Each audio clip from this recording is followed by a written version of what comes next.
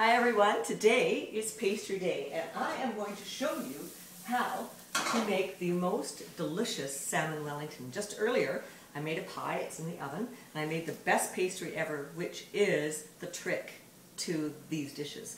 Now pastry, it's not that hard, it's actually as easy as pie. Stick with me for the next 5 minutes and I'll show you how. This is the salmon I'm going to use, and in actual fact I just have to skin it. So what you do is you tilt your knife on about a 45-degree angle, and so that you don't waste any of this salmon, you just remove the beautiful fillet from the skin, because you don't want skin in Salmon Wellington. So I'm going to just take a portion of this off I'm going to portion it out. There's about 4 portions here, which is perfect for our salmon. Move this over. Now I have to wash my hands because I was just dealing with fish.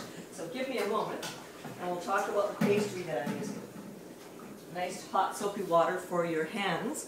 So now, in the back burner I have a mirepoix, a bit of a different mirepoix. I have celery, leeks, and onions. Now, the thing about leeks, I want to talk to you about leeks because in actual fact, you should try to do it this way to make sure you clean the leeks properly. Cut your leek in half.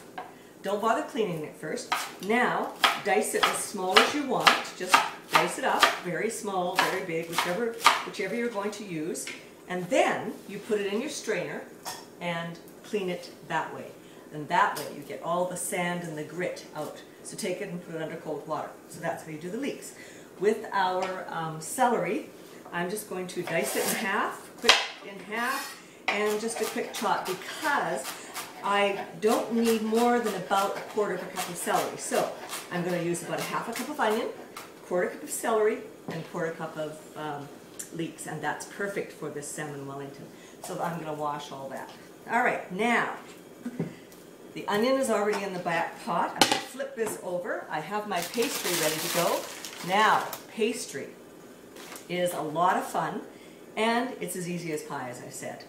The trick about pastry is, if you want to have a round, start with a round. If you want square or rectangle, which I want for my Wellington, start with a rectangle. So look at this. It looks like a rectangle, right? I've got that on my board, which is perfect. Now, about pastry. This pastry is my mom's recipe. It has 5 cups of flour, 1 tablespoon of brown sugar. It's got 1 teaspoon of salt and 3 tablespoons of white vinegar. Now you can use white wine vinegar if you wish. That's not a problem.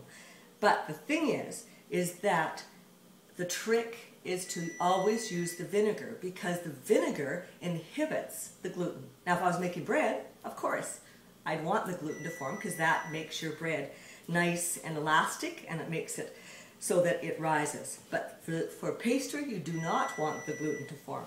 You're just going to have to forgive that beep because I don't know what it is and we're not going to worry about it. So, here we go. With our pastry, I'm going to roll that out onto the board. You want it nice and thin, for sure. Nice and thin. Now, on this, here's my 1/2 brick of cream cheese, which is perfect. To that, I'm going to add my sautéed mirepoix with my leeks and my onions and my celery. So that goes in. Okay, we're ignoring the beef. I don't know what it is. We're not going to stop. All right, I'm going to mix that all up with the cream cheese. To that, I want to add some nice fresh dill. So I'm just going to move my pastry over a little bit and with my dill. So I'm just going to chop up my fresh dill here. I want about 2 or 3 tablespoons of fresh dill. Perfect. In it goes. I also want some chives, about 3 tablespoons of chives. Now, chop up the chives. There we go. Chives go in and I'm going to stir that up. Perfect. Now, see what I've got here? This beautiful mixture of cream cheese, dill, and chives. To that I'm going to add some salt and pepper. A little bit of salt, a little bit of pepper. Oh, you know what that is? It's my kitchen timer. I can't believe that. Sorry, this is not my kitchen. This is Maggie's kitchen. And honestly, I don't know all these beats. But anyway, that's okay. So, here's the cream cheese mixture. This is enough for 4 fillets. So onto my pastry. I want to put my cream cheese mixture. Can you see that? Next goes my salmon. Now I want presentation side down, because when I turn it over, you will see that it's going to go perfectly. So I'm just going to egg wash the outside of this pastry.